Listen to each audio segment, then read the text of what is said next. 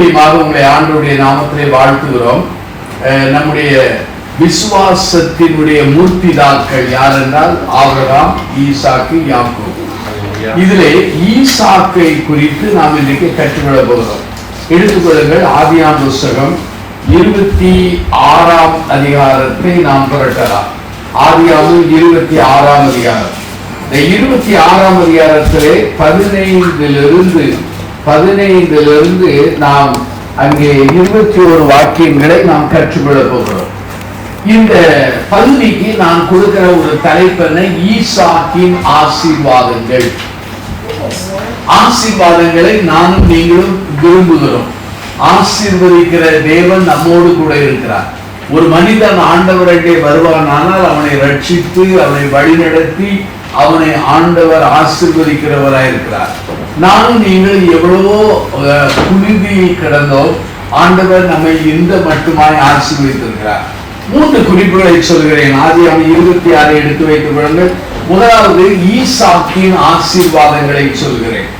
இரண்டாவதாக நான் சொல்கிற ஒரு தலைப்பு என்னவென்றால் அந்த ஆசீர்வாதங்களுக்கு காரணங்கள் எவைகள் என்று சொல்கிறேன்.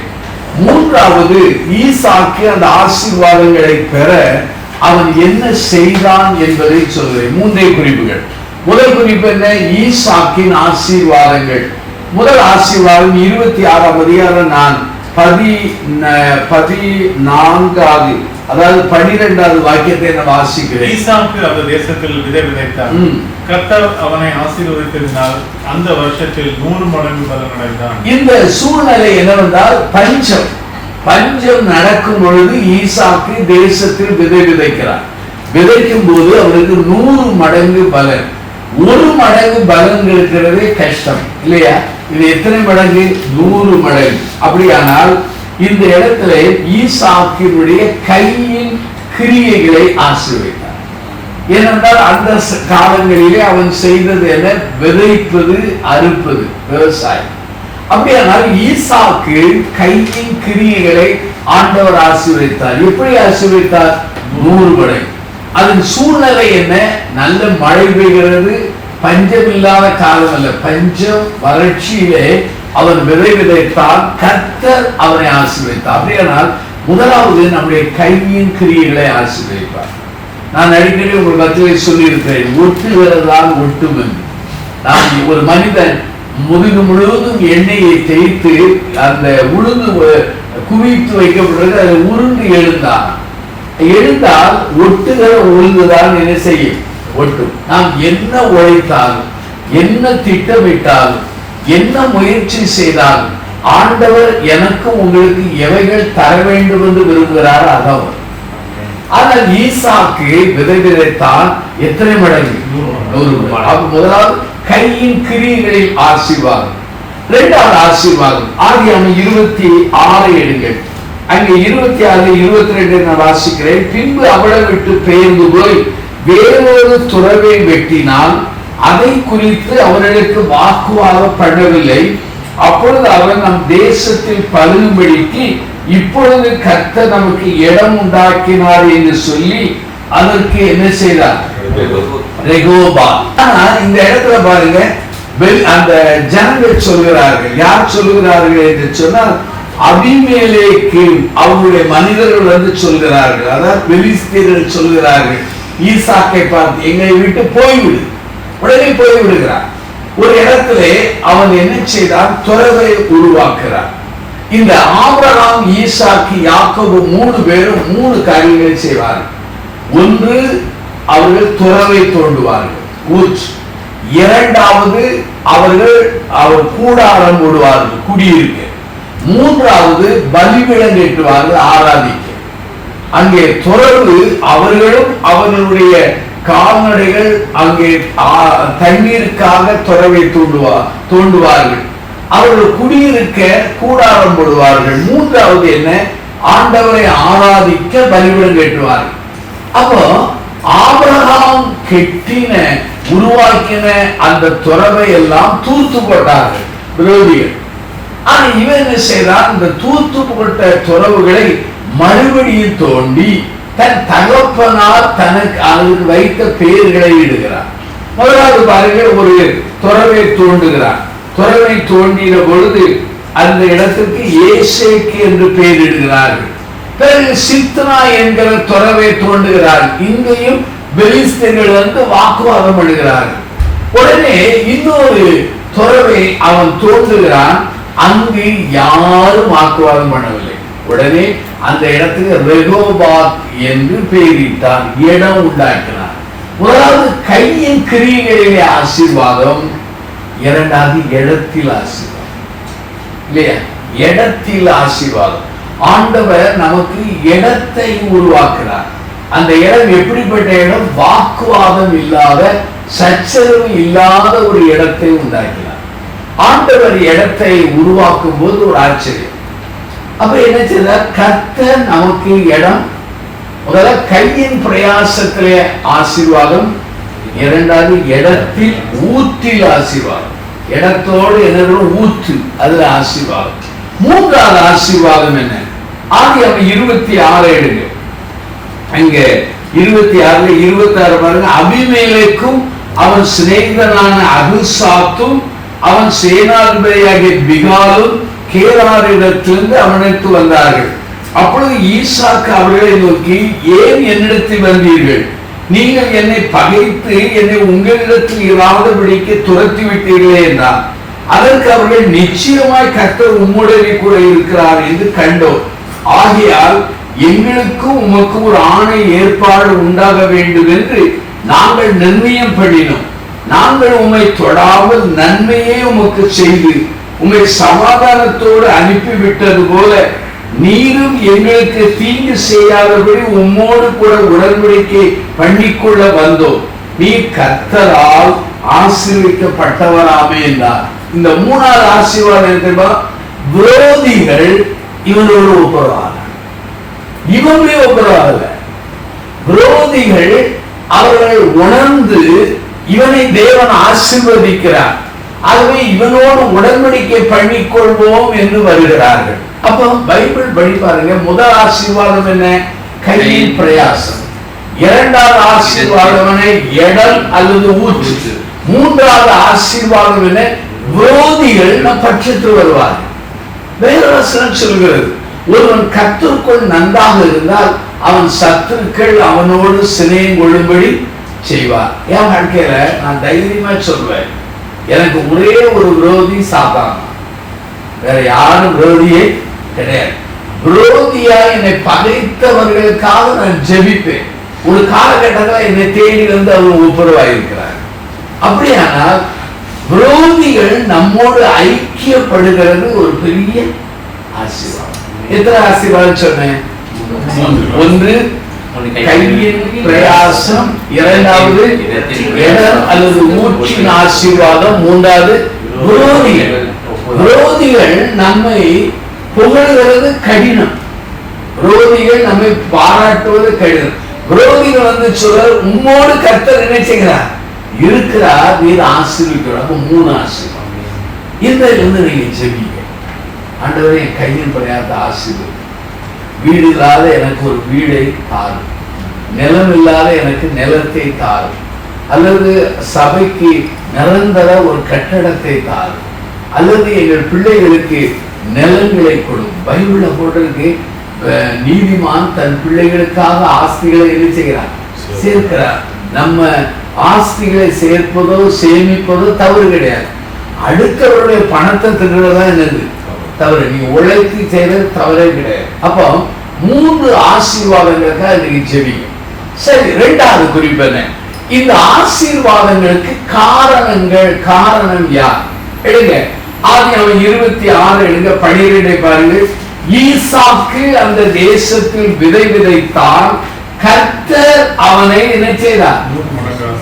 ஆசீர்வதித்தார். அப்ப இந்த ஆசீர்வாதத்துக்கு காரணம் யார் தெரியுமா? கர்த்தர். ஒண்ணு புரிஞ்சிடுங்க, நம்ம பலத்தில் அல்ல, திறமையில் அல்ல, முயற்சியில் அல்ல, படிப்பிலே அல்ல. அப்படி பார்த்தா நம்ம இந்தியாவில் நம்ம காட்டிலும் திறமை உள்ளவங்க இருக்காங்க, நம்ம காட்டிலும் படித்தவங்க இருக்காங்க. அவங்களுக்கு கிடைக்காத வாய்ப்பு ஆண்டவங்களுக்கு தந்திருக்க. காரணம் என்ன? கர்த்தர். நான் பாருங்க 365 நாள் ஊழியம் செய்வேன். ஏன்னா ஊழிய வாய்ப்பு அப்படியே சில நாட்கள் 4000, சில நாட்கள் 4 பேர், சில நாட்கள் 400 இப்படி போயிட்டு டெய்லி பிரசவம் பண்ணிட்டு இருப்பேன். ஆனா எல்லாரும் கேட்பாங்க, எங்களுக்கு ஊழியம் இல்லையே எப்படி வந்தது? அவனே தொழில் யாரு? நான் யாரையும் காக்க முடிய மாட்டேன், யாரையும் காலை பிடித்து கெஞ்சுகிறதும் கிடையாது. உயர்வதற்கு ஷார்ட்கட் மெத்தடை நான் உபயோகிக்கவே மாட்டேன். இப்ப மக்களுக்கு தக்கபடி பேசினா வாசல் கிடைக்கும். ஆனா ஆண்டவர் என்ன தரார்? அப்போ கர்த்தர் தான் இவன் ஆசீர்வாதத்துக்கு ஊற்று. இவனுடைய ஆசீர்வாதத்துக்கு ஃபவுண்டேஷன் யாரு? கர்த்தர். அதாவது அந்த வார்த்தை பாருங்க, கர்த்தர்ங்கிறத நம்ம தமிழ் பைபிள், பவர் பைபிள்ல கருப்பா இருக்கும். கர்த்தர் அவனை ஆசீர்வதித்தார். ரெண்டாவது ஆசீர்வாதம் இன்னொரு காரணம் இருக்கு. எடுங்க அங்க ஆதியாகமம் 26:24. அன்று ராத்திரியிலே கர்த்தர் ஈசாக்குக்கு தரிசனமாகி, நான் உன் தகப்பனாகிய ஆபிரகாமின் தேவன், பயப்படாதே, நான் உன்னோடு கூட இருந்து என் ஊழியக்காரனாகிய ஆபிரகாமின் நிமித்தம் உன்னை என்ன செய்து. அப்ப முதல் ஆசீர்வாதத்துக்கு ரீசன் யாரு? கர்த்தர். ரெண்டாவது இந்த வசனத்துல ஒரு வார்த்தை வருது, இந்த ஆசீர்வாதத்துக்கு காரணம் யார் தெரியுமா? உன் தகப்பனாகிய ஆபிரகாமின். நம்முடைய பேரண்ட்ஸ். நம்ம நினைக்கிறோம் நம்ம பெற்றோர்கள் அல்ல, ஆசீர்வாத காரணம் இல்லைன்னு நினைக்காது. ஆசீர்வாதம் அதுவும் ஆவிக்குரிய பெற்றோர்கள் என்றால் இன்னும் ஆசீர்வாதம் தெரியுமா? உன்னுடைய தகப்பனாகிய ஆபிரகாம். இப்ப நாங்கெல்லாம் நல்லா இருக்க காரணம் தெரியுமா? எங்க அம்மா பண்ண ஜெபம், எங்க அம்மா பண்ண ஊழியம், அவங்க பண்ண சாக்ரிஃபைஸ் தான் நாங்க நல்லா. அப்போ நீங்க ஆண்டவருக்குள்ள இருந்தா உங்க பிள்ளைகள் எப்படி இருக்கும்? அவங்கள பார்த்து ஆண்டவர் சொல்றாரு, உங்க அப்பாவை நிமித்தம் உன் தகப்பனை நிமித்தம் உன்னை ஆசீர்வதிக்கிறேன். அப்போ ஒன்று, இந்த ஆசீர்வாதத்துக்கு ஃபவுண்டேஷன் யாரு? காட். ரெண்டாவது, ஆசீர்வாதத்துக்கு ஃபவுண்டேஷன் யார்? பேரண்ட்ஸ். இன்னைக்கு நம்ம பெற்றோர்கள் இல்லைன்னா இந்த நிலைக்கு நம்ம வரவே மாட்டோம். நம்ம உடல்ல ஓடுகிற ரத்தம், நம்முடைய முயற்சிகள், படிப்பு, உயர்வு எல்லாத்துக்கும் பெற்றோருடைய பங்கு என்ன செய்யுது? இருக்கு. நீங்க நல்லா புரிஞ்சிடுங்க. உங்க மனைவியை நீங்க செலக்ட் பண்ணலாம், உங்க கணவனை நீங்க செலக்ட் பண்ணலாம், உங்க ஹேர் ஸ்டைலை நீங்க செலக்ட் பண்ணலாம், உங்க மூக்கு கண்ணாடி ஸ்டைலை செலக்ட் பண்ணலாம், உங்க வீடை செலக்ட் பண்ணலாம், உங்க சர்ச்சஸ் செலக்ட் பண்ணலாம், அல்லது உங்களுடைய ஃப்ரெண்ட்ஸை செலக்ட் பண்ணலாம், உங்களுடைய ஃபுட்டை கூட செலக்ட் பண்ணலாம். ஆனா அப்பா அம்மாவை செலக்ட் பண்ண முடியாது. அது ஆண்டவர் யாருக்கு பிறக்க வைக்கிறாரோ அங்கதான் பிறக்க முடியும். அதை நீங்க நல்லா புரிஞ்சிடு. சிலர் சொல்லுவாங்க, இந்த அப்பாவுக்கு நான் ஏன் பிறந்தேன். ஆனா அது நம்ம கேள்வி கேட்கவே முடியாது. உட்ரோ குரோல் என்பவர் இந்த புத்தகத்தில் எடுத்து சொல்ற, நீ ஒரு நாளும் உன்னுடைய தகப்பன் தாயை செலக்ட் பண்ண முடியாது. இது ஆண்டவர். அப்போ முதலாவது ஆண்டவர், இரண்டாவது யாரு? மூணாவது அவனுடைய காரியம் என்ன தெரியுமா? மூணாவது காரியம், அவன் சும்மா இருக்கல. அவன் என்ன செய்யறான் என்றால் அதை நான் சொல்றேன். பைபிளை எடுங்க. அங்க 26:25 வாசிக்கிறேன்.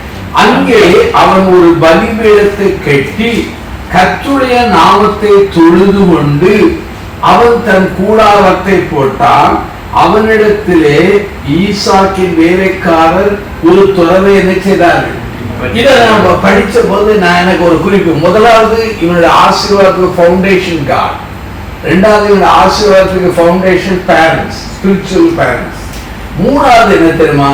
he worshiped God, he built altar. இல்லையா? அப்ப என்ன தெரியுமா?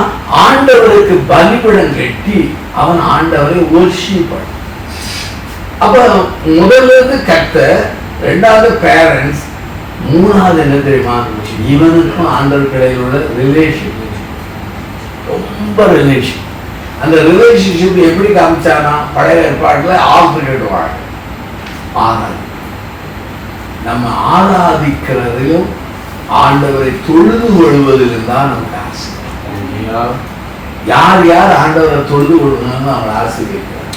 வேதாகமத்தை பாருங்க, பைபிள் ஆதியாகமத்துல பார்த்தா யார் தொழுது கொண்டாங்களோ அவங்கள ஆசீர்வதிப்பார். தொழுது கொள்ளாதவர்களுக்கு அந்த ஆசீர்வாதம் இல்லை. ஆவியோடு உண்மையோடு தொழுது கொள்வதற்கு மேலே அவர் பிரியமா இருக்கிறார். அப்போ முதல் 3 குறிப்பை சொன்னேன்.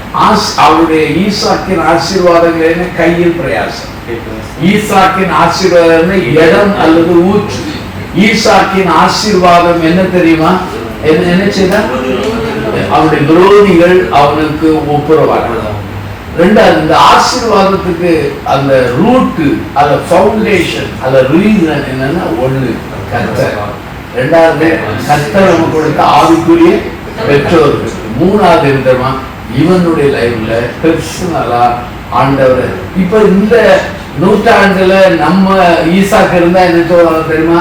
ஈசாக்கு ஆண்டவரை பற்றி பிரசங்கித்தான், ஊழியம் செய்தான், சபையை கடிப்பதான் வரும். பழைய பாடல அந்த படியே கிடையாது, அவங்க ஆராதித்தாங்க. அப்ப 2 குறிப்பிச்சலை. இனி மூணாவது, ஈசாக்கு இந்த ஆசீர்வாதங்களை பெற என்ன செய்தான்? முதலாவது என்ன செய்தான் என்றால், அதை நான் சொல்றேன். முதலாவது அவன் என்ன செய்தான் என்றால், அவனுடைய வாழ்க்கையிலே கிரியை நடப்பித்தான். சோம்பேறிகளை தேவன் ஆசீர்வதிப்பதில்லை. நான் தைரியமா சொல்றேன். இப்போ நான் 24 மணி நேரம் எனக்கு ஆர்டர் கொடுத்தேன். நான் தூங்குற நேரம் 4 மணி நேரம் தான், 5 மணி நேரம் தூங்குவேன். மற்ற நேரம்லாம் உட்காந்து பைபிள் எவ்வளவு வேலையானாலும் எவ்வளவு கஷ்டமான 52 அதிகாரம். ஏன்னா எனக்கு நம்பிக்கை, வேதத்தை இரவும் போதும் வாசித்து தியானிக்கிற மனுஷன் பாக்கியவா, நான் செய்வதெல்லாம் பாக்கியம்.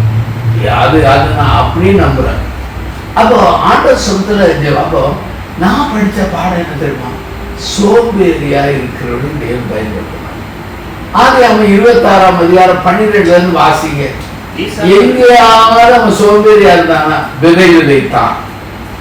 அடுத்தால தூர்ந்து போன துறவை தோல்வியான், அதற்கு பேர் வைத்தான். இதான் அப்படின்னா அவன் சும்மா கிரியை செய்தான். இன்னைக்கு அநேக செய்யற ஒரு காரியம் தெரியுமா? கிரியை இல்லை. தசுரனுக்கு நிருபத்துல இருக்கு, வேலை செய்யாதவன் சாப்பிடாது இருக்க. அப்போ முதலாவது கிரியை செய்யணும். ஆசீர்வாதங்களுக்கு வழி என்ன? இன்னைக்கு அநேக எனக்கு ஆசீர்வாதம் வரும், ஆனா நான் ஒண்ணும் செய்ய மாட்டேன், அசைய மாட்டேன். அவர் செய்யணும்னா கூடிய பிறந்து என்ன செய்யட்டும், செய்யட்டும். அதான் செய்ய முடியும். ஆனாலும் ஆண்டவர் என்னையும் உங்களை பயன்படுத்தும். ஆண்டவருக்காக ஏதாவது ஒண்ணு செய்யும். பலம் வருகிறதோ, விளைச்சல் வருகிறதோ, ஆசீர்வாதம் வருகிறதோ, முயற்சின்னு கருதல் நீங்க செஞ்சுக்கிட்டே இருங்க. ஒரு நாள் ஆச்சு. இவன் விதைக்கலைன்னா எப்படி அறுக்க முடியும்? இவன் தோண்டலைன்னா இப்படி துற வரும்? இவன் பேரிடலைன்னா இப்படி பேரிட முடியும்? அப்போ we must do something. இல்லையா? அப்போ முதலாவது கிரியை செய்தான். ரெண்டாவது அவன் வாழ்க்கையில என்ன தெரியுமா? அவனுக்கு அந்த பெலிஸ்தே சொல்றாங்க, நீ எங்களை காட்டிலும் பெரிய ஆள் ஆயிட்ட, ரொம்ப ஆசீர்வதித்த, எங்களோட பேர் இருந்தாங்க, நானும் நீங்க இருந்தா அந்த போக மாட்டோம், இருப்பேன். இருப்போம்.